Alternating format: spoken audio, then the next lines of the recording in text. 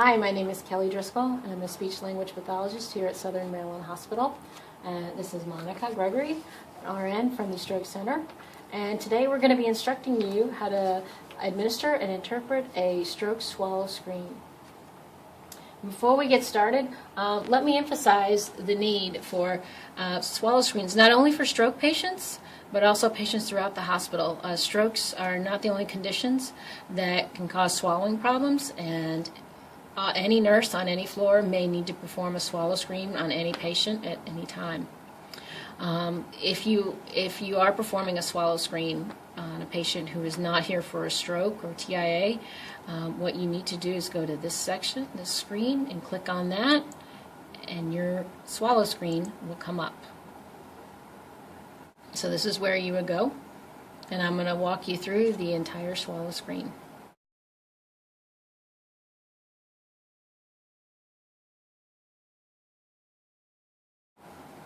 First thing we're going to do is go over our clinical findings. And this is information, basic kind of background information. You might be getting this from the patient, or if the patient is unable to give you any history at that time, you might be getting this from a family member. So this is important information that I'm looking at when I come see the patient for a full swallow evaluation. Remember, nurses perform swallowing screens.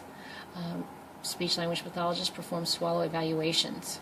So first thing we're going to go over is any difficulty swallowing. If the patient reports that, you come over here. If they say no, you just click on no. If they say yes, click yes. If they say yes, you'll want to come over here to your little box, click on it, and report any problems that they say they're having. Things get stuck, it's difficulty swallowing, it's painful swallowing, whatever the problem might be. So the next thing you're going to look for is asking them, are you on a modified diet? And what I'm looking for at this point is, are they on puree diets at home? Or do they need honey or nectar-thick liquids, anything like that? I'm not necessarily looking for, do they eat meat or not eat meat, or on a diabetic diet or anything. At this point, I'm looking for the texture of the diet. And if they answer, whether they answer yes or no, you document it here. If they say yes, again, document it here.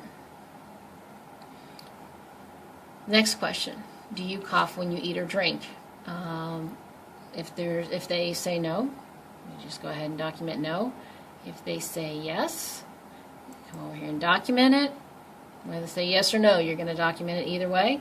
And whatever they report, document it over in the annotation section. You can ask them, is it more with liquids or more with solids, or problems with pills, whatever that might be. And the next thing, the new presence of aphasia. Are they having difficulty expressing their thoughts and ideas? Are they having difficulty understanding what you're saying, or what you're asking them to do? Whether it's yes or no, you'll note that here.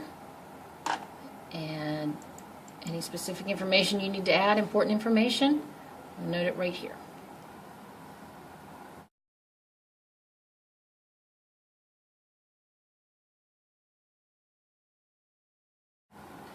All right, the next step in the swallow screen are the prerequisite to the water trials.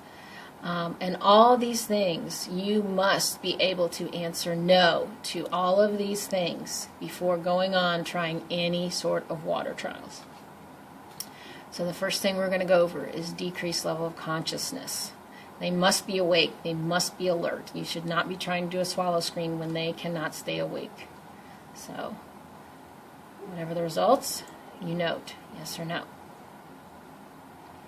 The next part, inability to control secretions. Do they have a wet vocal quality? Are you constantly needing to suction out the back of their mouth for pharyngeal secretions or anything like that? If they have saliva coming out of the front of their mouth, if they're drooling, then that would, you would answer no to that question. Change in speech quality. With change in speech quality, what we're looking for are things like slurred speech. If they have a voice change, if it's suddenly become harsh or very, very weak, anything like that, you would answer yes. So if you want to note that here, slurred speech, or if you want to say it's a very rough voice or a very weak voice, anything like that, you want to note right here. The next one, the new presence of a facial weakness. If you're seeing that facial droop, you're going to note it over here. Okay. Next one, a weak or absent cough. Ask them to breathe in and give you a good cough. Or if they're not able to give you a cough at all. The next one, final one, is your oxygen saturation. If they are unable to maintain a 92% oxygen level on nasal cannula, you need to note it. You should never be doing a swallow screen on somebody who is on BiPAP or who is on a non-rebreather Ventimask. They must be able to maintain a 92% oxygen level on nasal cannula.